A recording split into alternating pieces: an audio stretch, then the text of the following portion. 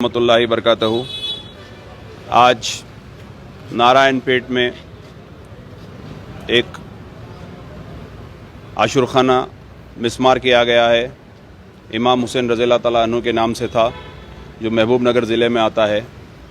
और ये सुनहरा तेलंगाना बने जब से ऐसे कई वाक़ये हो गए हैं जिसको हमारे क़ायदों ने नज़रअंदाज कर दिया है और इनके मंसूबे को समझ रहे नहीं हैं। साबिक़ा में भी अंबरपेट पे एक खाना मस्जिद को शहीद किया गया।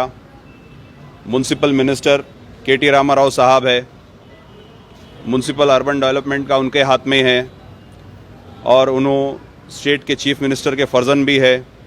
उनकी मौजूदगी में ये तमाम चीज़ें हो रहे हैं और एक 200 साल पुराना आशुरखाना जिसको नाकाबिल बर्दाश्त है, जो शहीद कर दिया गया रातों रात। मैं आया वक्फ बोर्ड पे, चेयरमैन साहब से मिला, सीईओ साहब से मिला। दोनों के ये अल्फाज है कि हमको इसका इल्म नहीं है, और हकीकत में इल्म भी होना नहीं चाहिए उनको, क्योंकि वो लोग के पास कोई रिकॉर्ड नहीं है, ना वो लोग उनको कोई मेंटेनेंस कर रहे हैं मस्जिद। और हम अगर आके वक्फ बोर्ड में आके सलीम साहब को तलखीद कर रहे हैं या सीईओ को तलखीद कर रहे हैं या वक्फ बोर्ड को तलखीद कर रहे हैं, तो मैं नहीं मानता कि ये कोई सल्यूशन है। वक्फ बोर्ड के बोर्ड मेंबर असदुद्दीन ओवैसी साहब है, मौज़म खान साहब है, वहीदुद्दीन साहब है, जावेद साहब है, तमाम टीआरएस के अराकीन हैं, तमाम एमआईएम के अराकीन हैं। ये सबकी ज़िम्मेदारी है। अकबर निज़ामुद्दीन साहब है, जो काफ़ी दिमाग वाले आदमी हैं, जिसको काफ़ी नॉलेज है वक्फ बोर्ड के बारे में। ये तमाम लोग बैठ के अगर कुछ करेंगे तो वक्फ जायदादें बचेंगी, वरना मुश्किल है। अब मैं आया, एक जोरावर ख़ान मसाजिद का मेरे को सलीम साहब और सीईओ साहब तयख़ून दिए थे। वहाँ पे दो पार्टियों में झगड़ा था, तो दोनों को आधा आधा बना देंगे बोल के तयख़ून दिए। मैं उस तयख़ून पे चले गया। आज फिर एक पार्टी मेरे पास आई, साहब हमारा किसी का नाम नहीं है, प्रोसीडिंग निकल गई। मैं फिर आके सलीम साहब से उस बारे में रिजू हुआ, तो सलीम साहब मेरे को ये बोले, हमारे इल्म में नहीं है, मैं बोर्ड मीटिंग में रखता हूँ, फ़ौरन उसको कैंसिल करा के डायरेक्ट मैनेजमेंट में लेता हूँ। कि हम मसाजिदों के झगड़े में से बाहर नहीं निकल रहे हैं। और एक बोर्ड का चेयरमैन और एक सीईओ अपनी फ़ाइल मूव कर दिए, उसके बाद उनके अमले का काम रहता, उनके स्टाफ का काम रहता दियानतदारी ईमानदारी से काम करे। यहाँ पे बहुत सारे धांधलियाँ हैं और काफ़ी छोटे छोटे चीज़ों में ये लोग खुश हो जा रहे हैं। अब मैं आता हूँ कि एक सियासत चल रही है ख्वाजा पाशा की मौता पे, जिनको उनके घर वाले खुद राज़ी होके मसानगट्टी में उनको तदफीन कर दिए। अभी कुछ हमारे उलमाए अगर बोले उनको वहाँ से शिफ्ट करना है, तो बराबर हमारे उलमाओं के लब्बैक पे वहाँ को शिफ्ट करना है, नहीं तो फिर अल्लाह की मर्ज़ी है। दूसरी चीज़, ये ख्वाजा मियाँ का पहला किस्सा नहीं है। मैं माजी में भी आप लोग को बता चुका हूँ कि बालापुर में कुतुब शाही टोम्स, खुली कुतुब शाह के पोतरे भाले शाह भोले शाह, उनकी ख़बरों में से उनको गैब कर दिया गया है और किसी को तकलीफ़ नहीं हुई, क्योंकि वहाँ खुली कुतुब शाह तो ज़िंदा है नहीं, सियासत तो चलेंगी नहीं। तो लिहाजा उस पर भी सोचिए कहाँ गए उनके मैयताऊँ। जेसीपी से डिग कर दिए, लेवल कर दिए। सिर्फ गुम्बज़ों में सिर्फ अब रूम बने हुए हैं और ख़रीदने वाले कोई और नहीं है, मेरे और आपके भाइयाँ हैं। ख़बरस्तान ख़रीद रहे हैं आप, इसीलिए ख़बरों की तंगी आपको हो रही। ख़बरों पे घर आप बना रहे हैं, इसीलिए तंगी आपको हो रही। कोई बाहर वाला आके नहीं ले रहा, बेचने वाला भी आपका आदमी, ख़रीदने वाले भी आप। लिहाजा मैं तमाम नौजवानों को ये बोलूँगा कि जहाँ जहाँ वक्फ की जायदाद लुट रही, हमारा काम वक्फ बोर्ड आना नहीं है, वहीं खड़ना है। वहीं खड़ के वायरल करिए, वहीं खड़ के धूम करिए। इंशाअल्लाह उस्मान खान और कोई भी जो भी कौम से, मुल्क से, अपने वक्फ जायदादों से मोहब्बत रखते तमाम लोग आएंगे। मैं ये मैसेज इसीलिए दे रहा हूँ कि वक्फ बोर्ड में 90 जनों का स्टाफ है, 90 जने भी नीचे की मंडी ऊपर नहीं उठती, आगाओं के गुलाम हैं। चंद लोग ईमानदार है, फिर भी वक्फ के जायदाद बचे हुए हैं। मैं वक्फ बोर्ड के चंद स्टाफ को, पूरे स्टाफ को नहीं, चंद स्टाफ को दिल से सलाम करता हूँ, उनकी वजह से वक्फ जायदाद बचे हुए हैं। और सिटी के ये जायदाद, वो जायदाद, ये किराएदार का झगड़ा, वो मस्जिद का झगड़ा, ये सब छोड़ दो आप। हाईवेज़ पे इतने बड़े बड़े प्रॉपर्टीज़ है, अगर आप टोयोटा को दे रहे हैं, अगर आप अंबानीज को दे रहे हैं कोई प्रोजेक्ट के लिए, करोड़ों रुपया किराया आएगा, उसका करोड़ों रुपया किराया आएगा, जिसका आप अंदाज़ा नहीं लगा सकते। सिर्फ हमारी नज़र में क्या है, शादान के सामने एक प्रॉपर्टी है, फ़लानी जगह पे एक प्रॉपर्टी है, वहाँ पे नहीं, बहुत बड़े बड़े प्रॉपर्टीज़ है। अलमास मस्जिद के पास 425 एकड़ वक्फ की अराजी है, अगर वहाँ पे कोई MNCs कोई कंपनीज को दिए तो कच्ची बोली में है। वक्फ बोर्ड की मैं एक इन्फॉर्मेशन देता हूँ, हाईवेज जितने भी बने, नेशनल हाईवेज, जितने भी वक्फ की ज़मीन गई ना हाईवेज पे से, उसका क्या फंड आया गवर्नमेंट से, कंपोजिशन आया उस लैंड का, या उस कंपोजिशन से हम कोई ज़मीन खरीदे?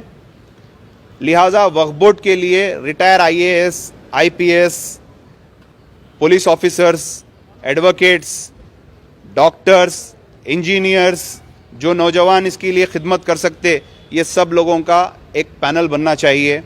हकीकत में जब ये अमली जामा हम इसको पहना सकते, वरना एक सलीम साहब आते, 3 साल के बाद फिर दूसरे साहब आते, फिर उसके बाद एक तीसरे साहब आते, सिर्फ ये तलखीदा कर लेते रहे तो ख़त्म, कोई चीज़ का हम फ़ायदा नहीं उठा सक रहे।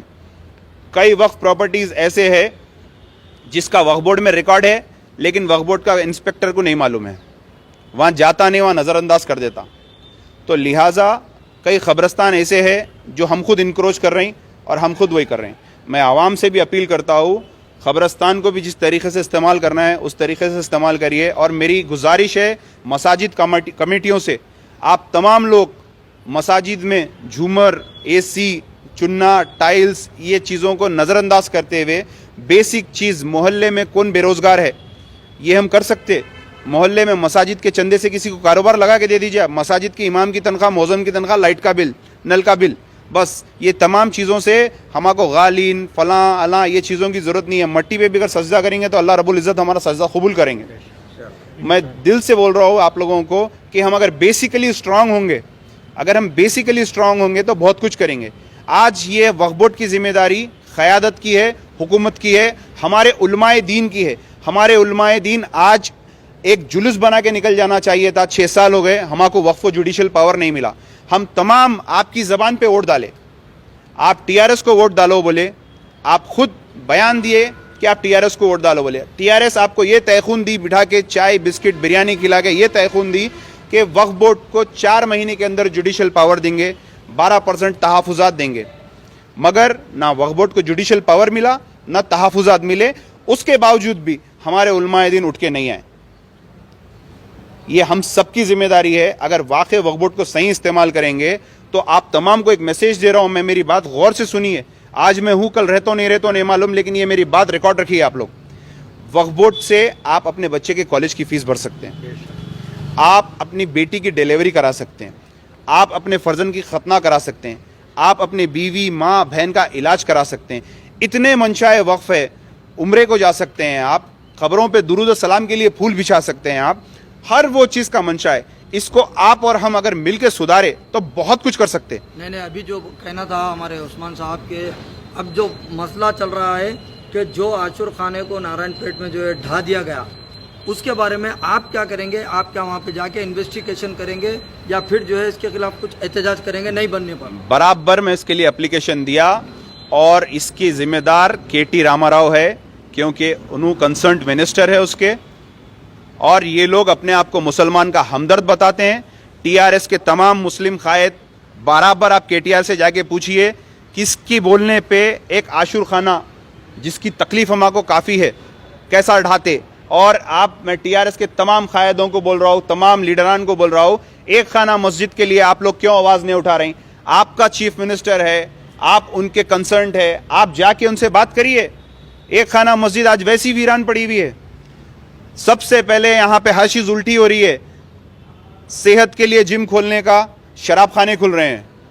मसाजिद, अल्लाह और भगवान को राज़ी करने के लिए मंदिर खोलना चाहिए, चर्च खोलना चाहिए, शराब खाना सबसे पहले खुल रहा है। तो कहाँ से हमारे पास सुधार आएगा? शुरुआत ही हमारी शराब से हो रही। तो लिहाजा मैं आप तमाम को मैसेज देता हूँ कि वक्फ बोर्ड के लिए जितने मैं लोगों को बोला, IPS, IAS, डॉक्टर्स, प्रोफेशंस, जितने भी लोग हैं, रिटायर लोग हैं, आप लोग एक कैबिन बनाइए, एक अच्छा सा एक सेट करिए हर चीज़। इंशाल्लाह हम बहुत कुछ कर सकते हैं। और मैं मजम्मत करता हूँ उस आशुर खाने की, जहाँ पे था वहीं पे बनना चाहिए। और मैं उसके लिए एप्लीकेशन भी दे चुका हूँ। मैं फिर यहाँ पे वक्फ बोर्ड में आऊँगा। शुक्रिया, अस्सलाम वालेकुम। इल्म नहीं था, वक्फ बोर्ड मीन्स चेयरमैन और CEO को उसका इल्म नहीं था, और उसको बोर्ड मीटिंग में रख के कैंसिल करवाते बोले, दोनों पार्टियों को मिला के